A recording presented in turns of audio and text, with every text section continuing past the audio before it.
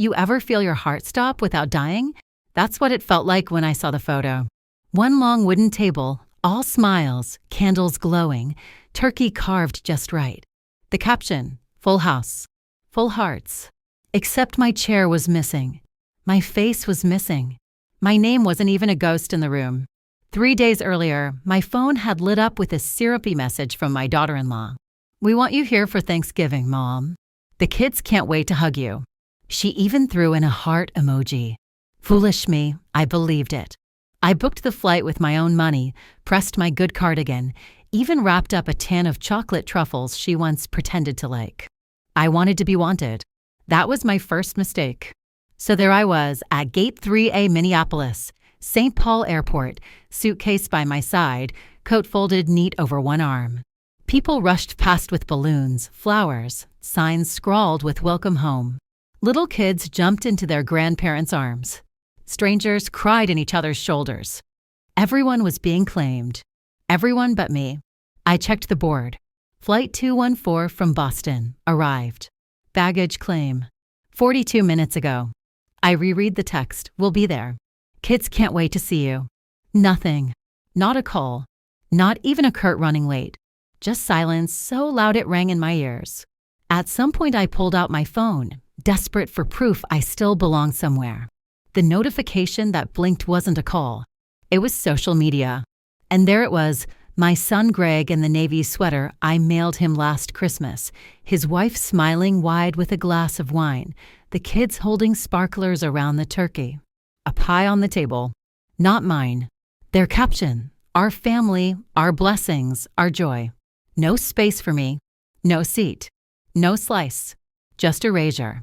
My hand didn't shake. Not then. I turned, dragged my bag through the crowd, past the taxis lined like vultures outside. The sky was gray, the kind that presses down like a lid. The air smelled of exhaust and fryer oil from the food court. Cold crept under my collar. My chest burned with something worse than anger. Shame. Shame for believing them. Shame for packing gifts like some eager child. Shame for showing up where I was never meant to be. By the time I reached the sidewalk, I knew. This wasn't an accident. This wasn't confusion. It was design. I was never invited to the real table. I was the wallet. The side act. The coat they left in the closet. And that shame? It didn't stay long. It hardened into something sharper, heavier, more useful. That night, back in my small kitchen, I laid everything out on the table. Receipts, checks, copies of bills I'd paid. My pen scratched through the silence, one line at a time. On the left, people who betrayed me. Greg, Meline, Elliot, Ruby. On the right, people who see me. Only one name. Emma, my granddaughter from Greg's first marriage. The only one who still called just to hear my voice.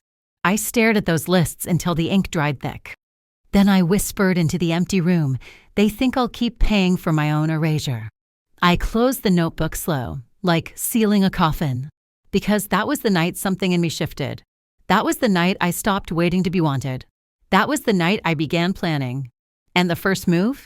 Oh, it would hurt. It would hurt exactly where they thought I was weakest. Morning light broke sharp and pale across my kitchen, painting the counters in colors too clean for how I felt. I hadn't slept. Didn't need to. Some nights your body runs on something harsher than rest. The table was still covered in papers. Old folders I hadn't opened in years.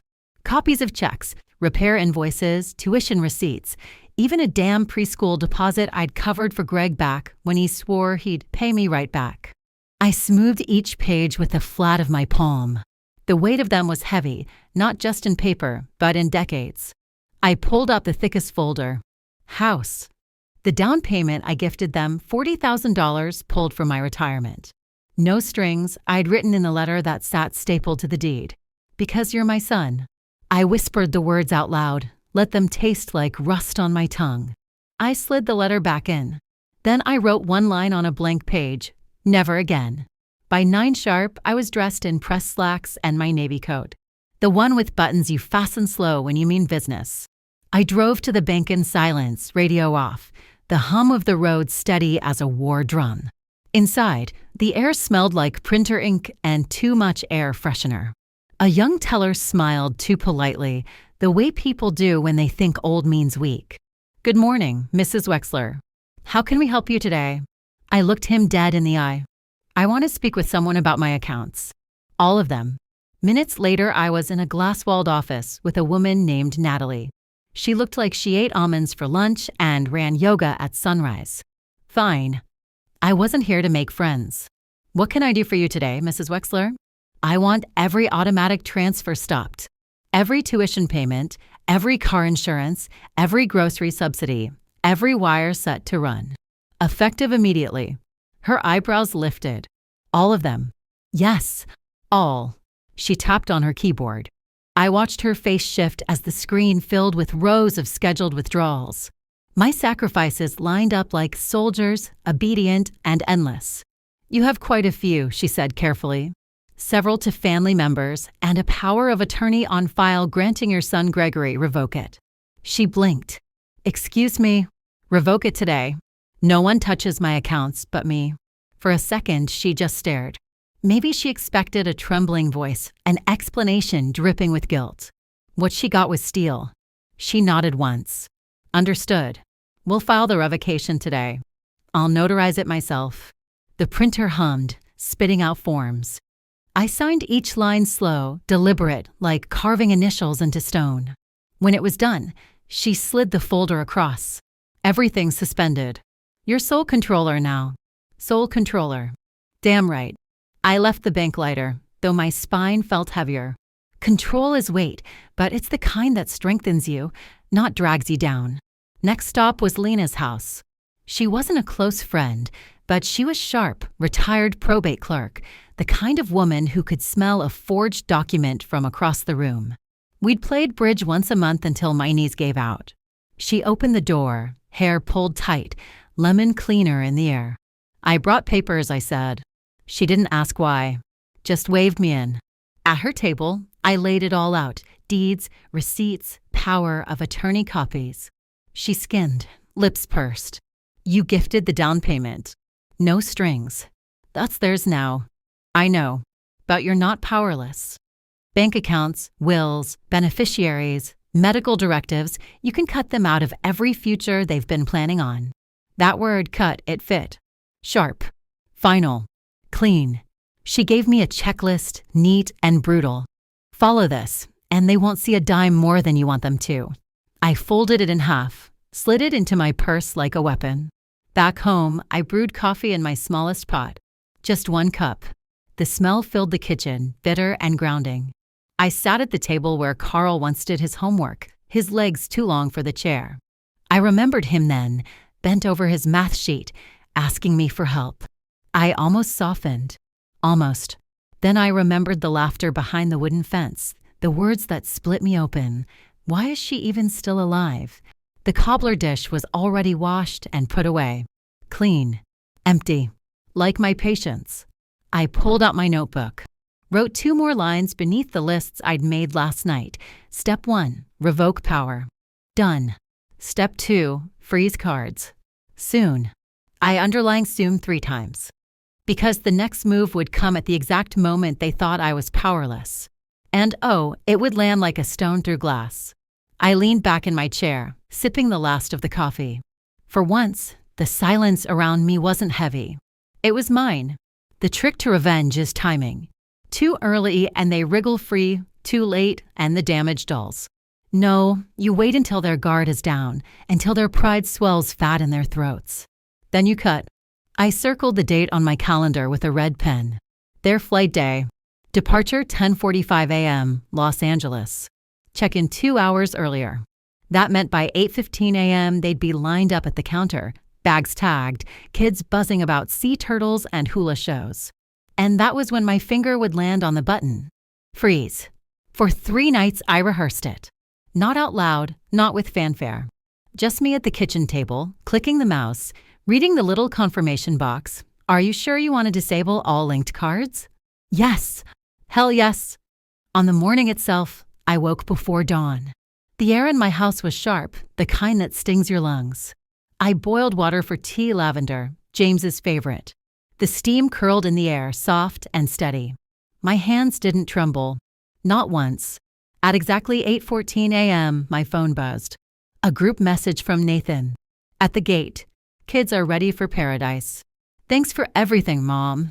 Couldn't have done it without you. Without me. He had no idea how right he was. 8:15. Click. Freeze activated. A little blue icon turned solid on the banking app. All linked transactions paused. Manual owner authorization required to resume. That was it. Quiet. Clean. For a few minutes, nothing. I set my phone face down on the table, sipped the tea, listened to the old fridge hum like a tired choir. I almost thought it might slide under the radar. Almost. At 8:27, the first text came. Mom, getting weird error at check-in. Can you check the travel account real quick? I didn't reply. 5 minutes later. They're saying card declined. Multiple times. What's going on? Please check your end. Still nothing from me. I just sat in my chair, sunlight warming the wood grain under my palms, my pulse steady. Then the calls began. 1 every 10 minutes, then 5, then back to back. My voicemail filled with his voice cracking. Mom, it's me. Call me, please. The kids are freaking out. Mom, we can't get the rental car. They're saying funds unavailable. Did something happen with the account? And then the one where his tone dropped to a low hiss, almost pleading. If this is because of that text, can we please talk? Just unlock the account. We'll fix it when we get back. Fix it when we get back. That's all I was to them, a bank that needed rebooting. At 9:10 a.m., an email from the resort landed in my inbox. Booking cancellation request confirmed. Due to account freeze, charges reversed. As per your authority as sole account holder, no further action required. Sole authority. The words were a bomb. By 9:45, Tanya's mother was posting selfies on Instagram. Matching straw hats, kids holding airport smoothies. Caption, family only, off to paradise. I chuckled, a dry little sound that felt like it came from someone else's throat. Paradise? Not today. At 10:20, another voicemail. Nathan again. His voice was ragged now, words stumbling. Mom, please, the kids don't understand. Just give us this trip. We'll talk everything through after. Don't do this. But I'd already done it. At 10:43, 2 minutes before boarding, the final text lit my screen. Call me, please. We need you. I picked up the phone, stared at those words until they blurred. We need you. Not for love, not for presence, not for memory. For money. Always money. I set the phone face down again. Silence was my reply. By noon, I had over 50 missed calls. Nathan, Tanya, her mother, numbers I didn't recognize. I didn't answer a single one. Instead, I went for a walk. The spring air smelled of damp soil and lilacs. A neighbor waved from his porch, asked if I was heading anywhere special for the holiday. Not yet, I said, smiling. But soon. When I came back, the phone had stopped ringing. Instead, one last message blinked across the screen. Nathan again. If this is about what we said, maybe we messed up.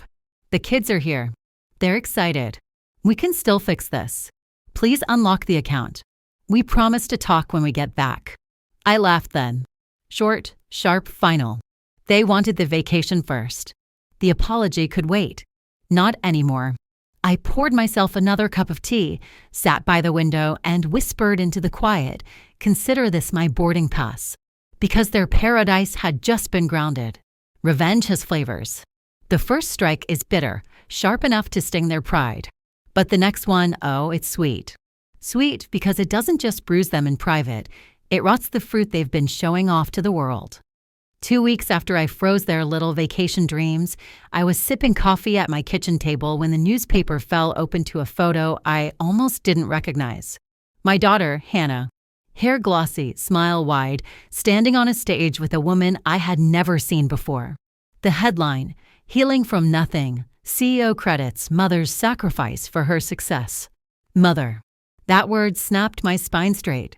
I read on.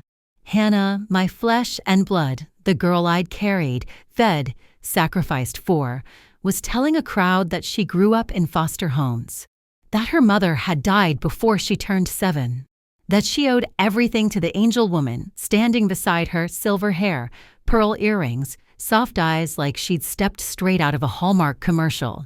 The article painted a picture of resilience, of a child who rose from ashes thanks to the love of this so-called mother. They even quoted Hannah. She sold her wedding ring to buy my plane ticket to Stanford. My fingers curled so tight the paper nearly tore. I had sold my ring. Me. The pawn ticket was still in my lockbox alongside every bill I'd bled to cover. And now she had the gall to erase me, to resurrect another woman in my place because the fake story was prettier, marketable, profitable. I didn't cry. Tears are wasted on people who choose lies over blood. No, I grabbed my old tin box from under the bed, the one that still smelled faintly of bleach and hospital soap. Inside were letters Hannah had written me, scribbled Mother's Day poems, photos of me standing outside her dorm with a care package. Proof. Real proof. I wasn't going to bang on her mansion door. Not this time. I needed something sharper. Cleaner. That's when I called Will. Retired cop, now a quiet man in a wrinkled suit who did private surveillance on the side. He'd once helped a friend of mine track down a runaway husband. I need eyes, I told him.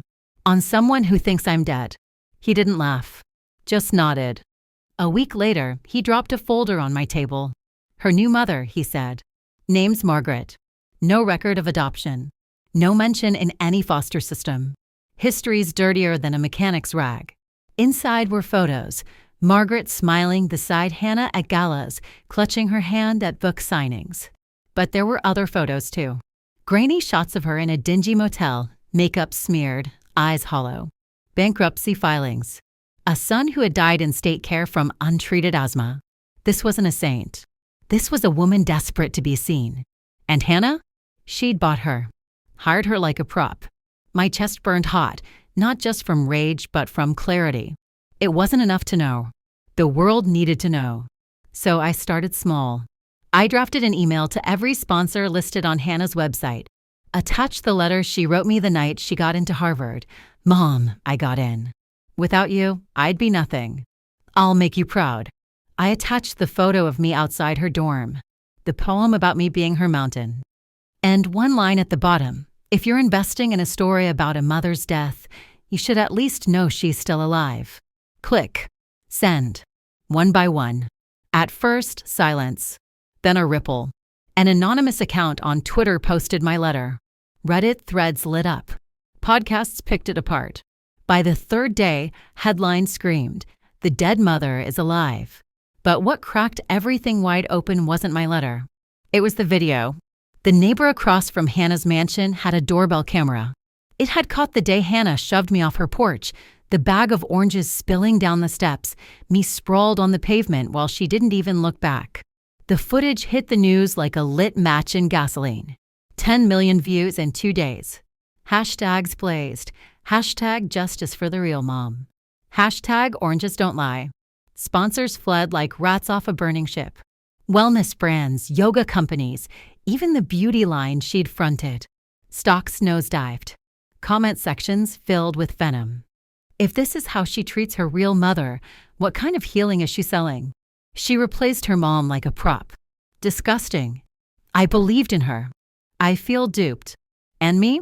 I sat at my kitchen table, the same one they never wanted me at, sipping tea while the empire she built on my bones crumbled. She didn't call. Not then. Not yet. But I knew she would.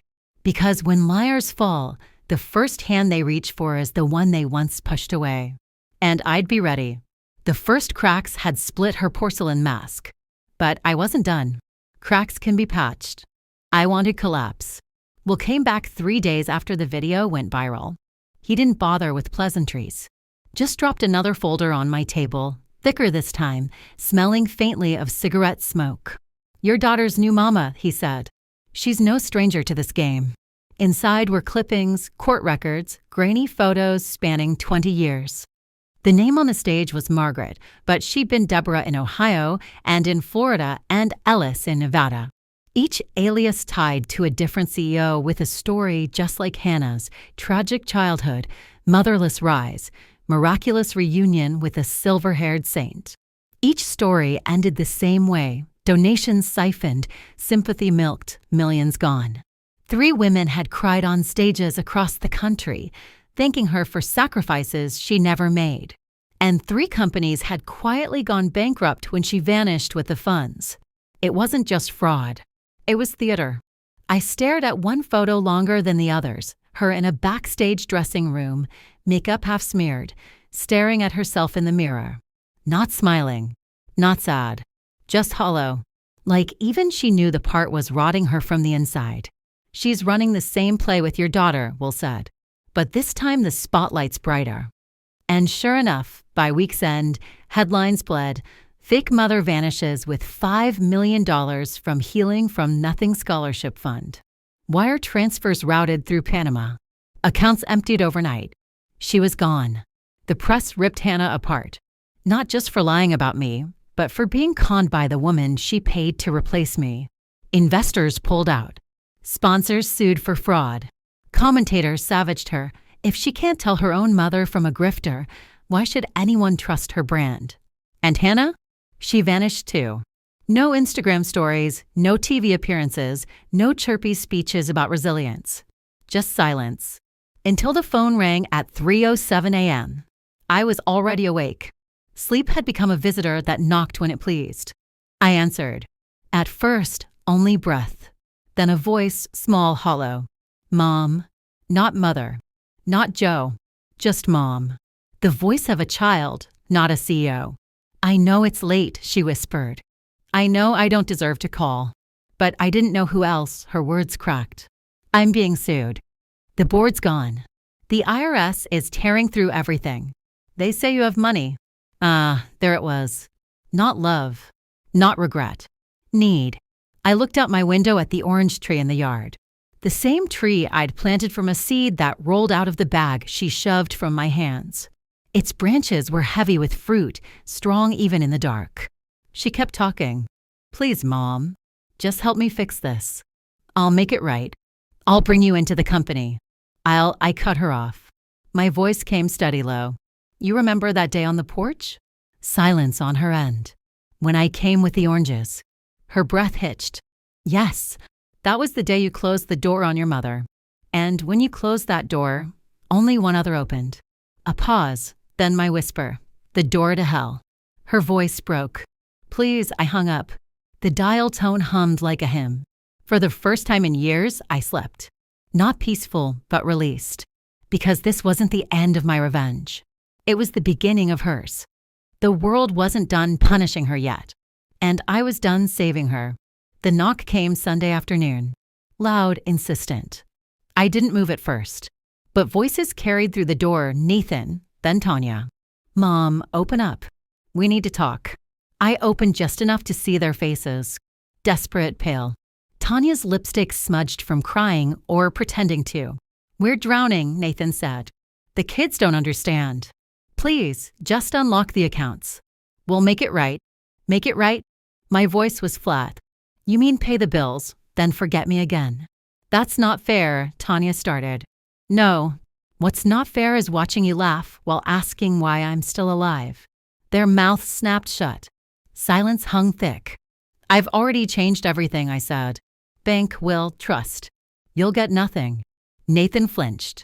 Tanya's eyes narrowed, sharp with calculation. You can't erase us, she spat. I already did, I said, and shut the door. Inside, the house felt quiet. Not empty-free. That night, I signed the last page of the new will. One beneficiary. Emma. The only one who saw me as more than a purse. The illusion of family had shattered. And I didn't miss it. They didn't call this time. They came in person. I heard the crunch of tires on the gravel before the knock. My heart didn't race. Not anymore. I'd been expecting them. When I opened the door, the porch light spilled over all their faces at once, Nathan tight-lipped, Tanya lacquered and trembling, and the kids, shuffling, pretending they didn't understand why they were there. They looked like strangers caught in the wrong photograph. Mom, Nathan began, voice cracking like old wood, please, we can fix this. You're still our family. I leaned against the door frame, arms crossed. Family?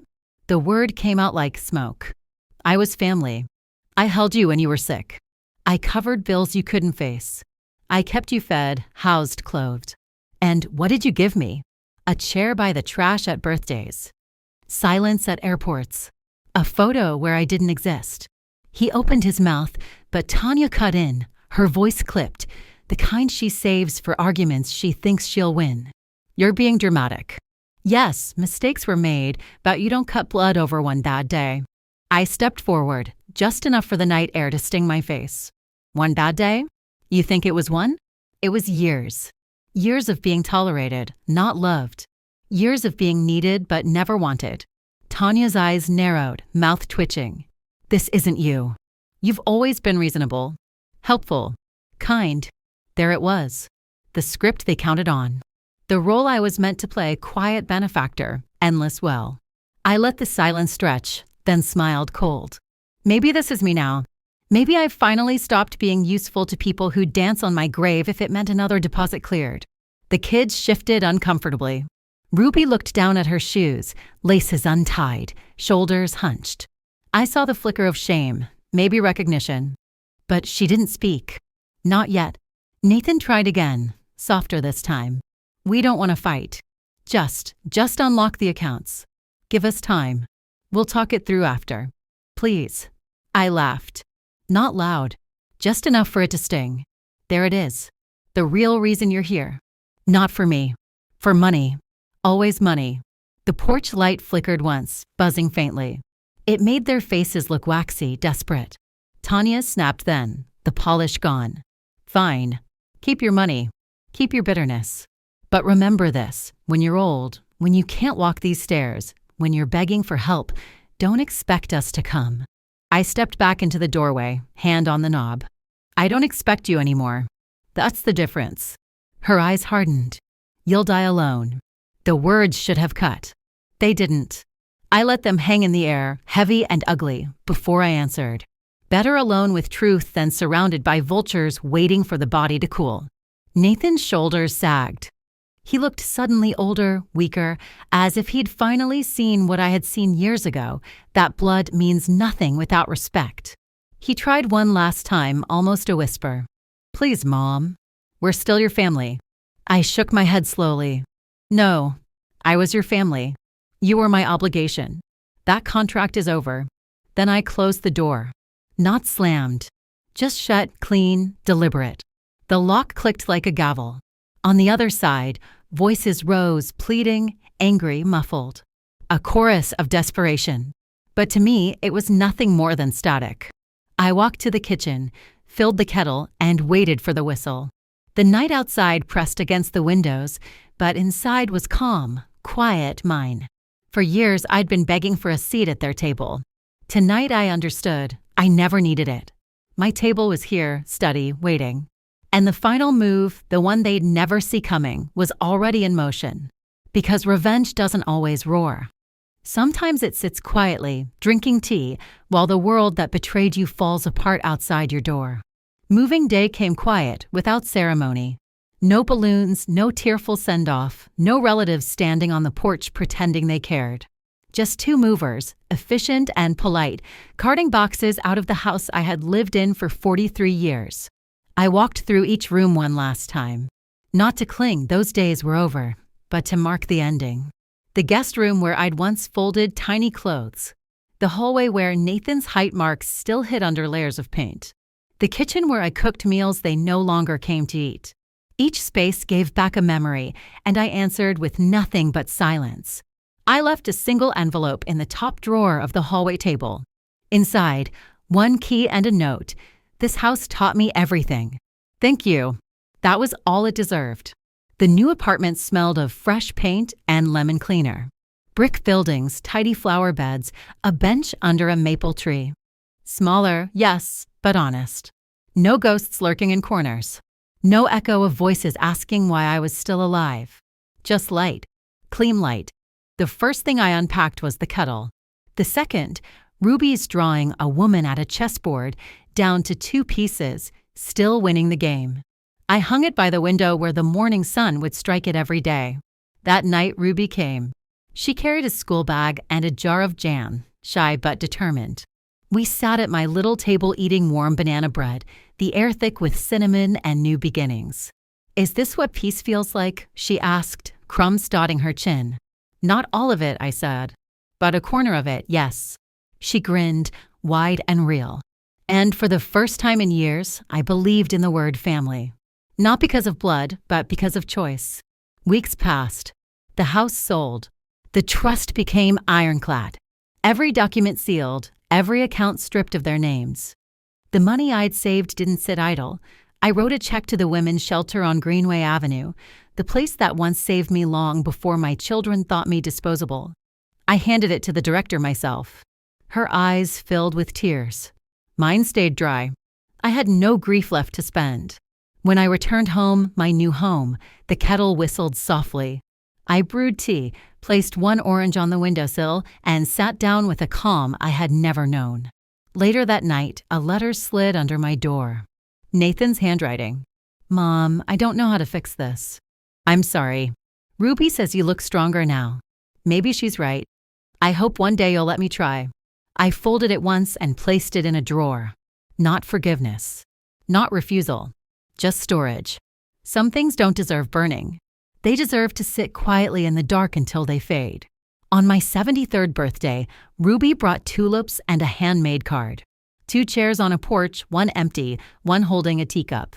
Inside, "Thanks for keeping a seat for me." I kept that card by the kettle so I would see it every morning. That evening, as dusk stretched across the city, I stepped onto the balcony with my tea. The sky burned gold, and the hum of traffic below sounded almost like waves. I thought of every insult, every silence, every erasure. I thought of the door slammed in my face, the laughter behind the fence, the words that once cracked me open. Why is she even still alive? I sipped my tea steady and slow, and I whispered into the night, not bitter, not broken, just certain I'm alive to remember my name. And with that, the game was finished.